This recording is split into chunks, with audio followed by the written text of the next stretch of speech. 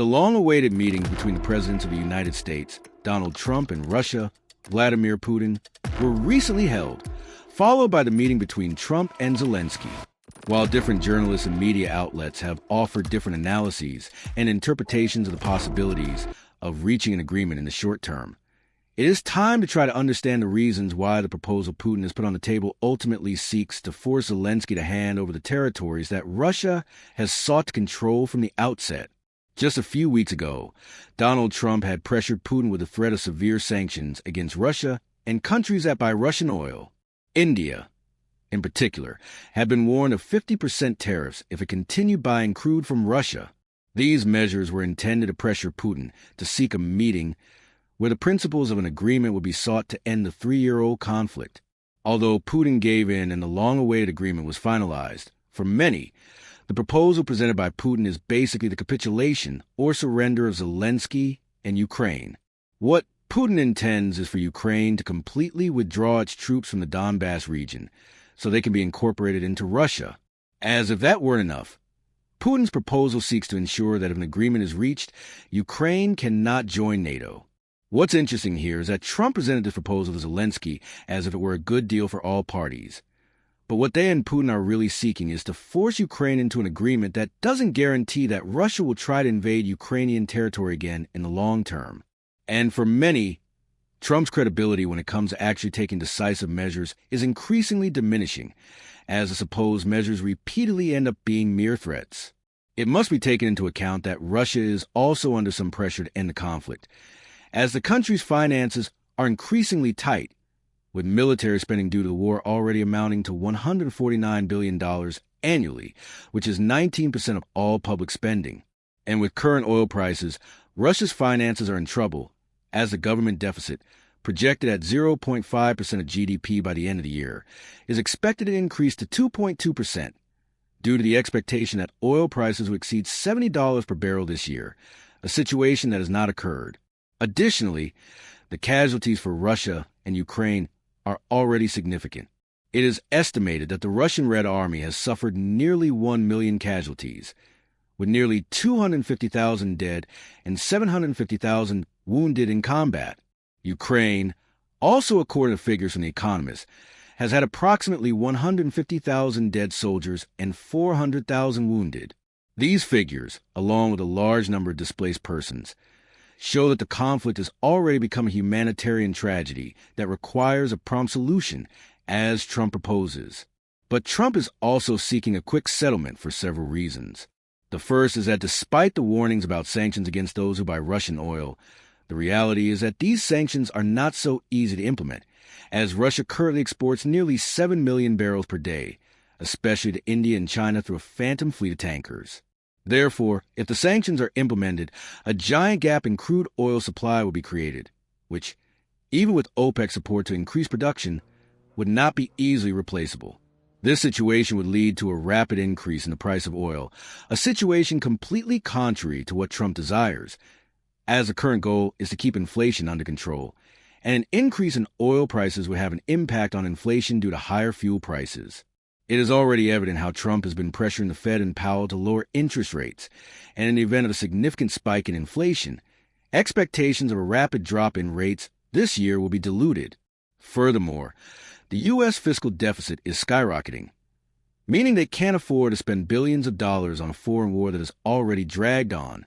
It's estimated that the U.S. government has provided more than $50 billion in military or economic aid to Ukraine since the start of the war. Therefore, the much-feared sanctions Trump has threatened Putin with may largely be more a balloon than something he can actually implement.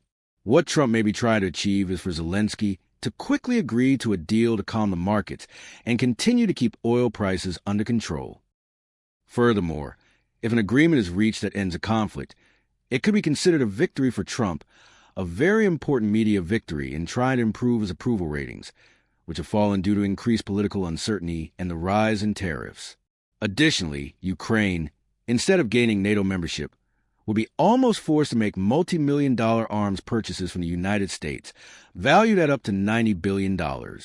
This is under Trump's apparent promise to ensure that Ukraine has military insurance in case of new Russian attacks. But this is perhaps one of the most delicate points in a possible agreement. Well, Zelensky has repeatedly spoken about seeking a lasting peace with guarantees, and that's the key word, guarantees. In other words, the Ukrainian president wouldn't be comfortable with what Trump is proposing, as he knows it's possible that in a few years, under any pretext, Russia, whether with Putin as leader or another president who fancies himself the last Tsar, could invade Ukrainian territories again. And we mustn't forget that in 1994, Ukraine had supposedly received security guarantees, which clearly didn't work. So one of Zelensky's concerns is that, should he have to surrender territory, and given the pressure from Putin and Trump, Ukraine actually have effective guarantees to protect it from a new invasion of its territory in the future. Along the same lines, British Prime Minister Keir Starmer has also urged European leaders to reach an agreement that would allow for lasting peace in the region. The problem is that, while European countries have helped Ukraine with economic support and military equipment, it is clear that they have not been willing to send troops from their armies, a situation that could occur in the future. The United States Special Envoy for Peace, Steve Witkoff, also expressed that if Ukraine accepts the agreement, it could receive certain security guarantees. But again, defining these security guarantees could become a critical point in reaching an agreement. For Zelensky, these certain guarantees could be so ambiguous that they make it impossible to be certain about real support in the event of a future confrontation. Although the United States envoy explained that the Russians could enshrine in a legislative process that they would not attempt to seize more Ukrainian territory after a peace agreement is signed.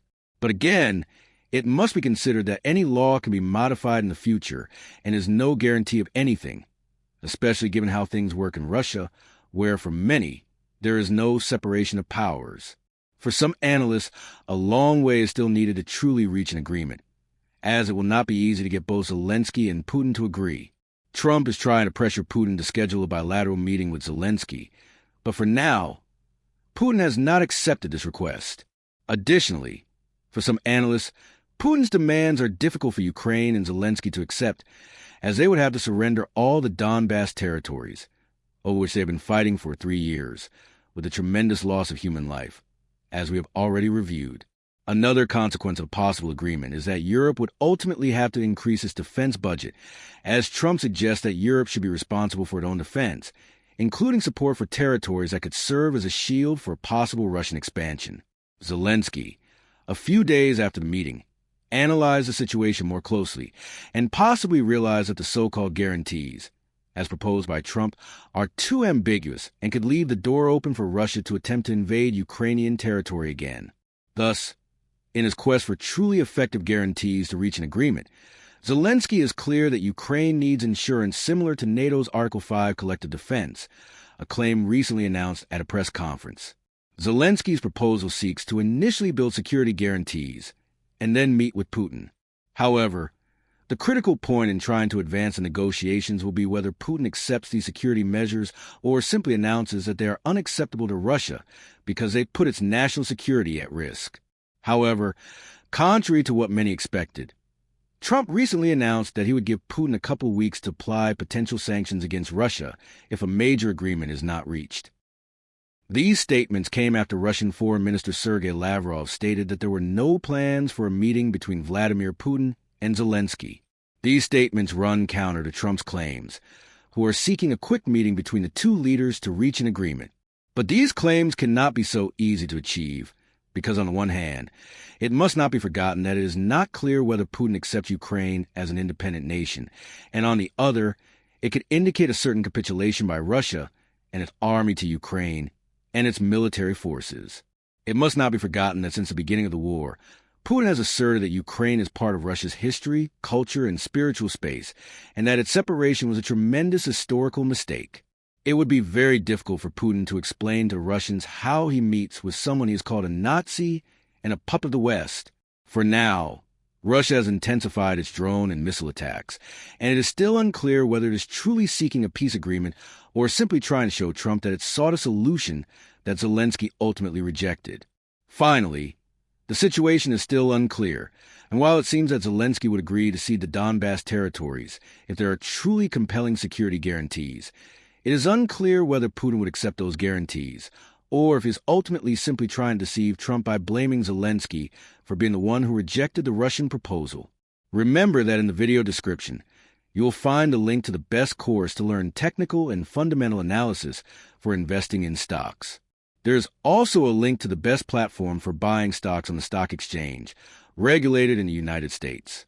If you liked the video, give us a like, subscribe to the channel, and share the content.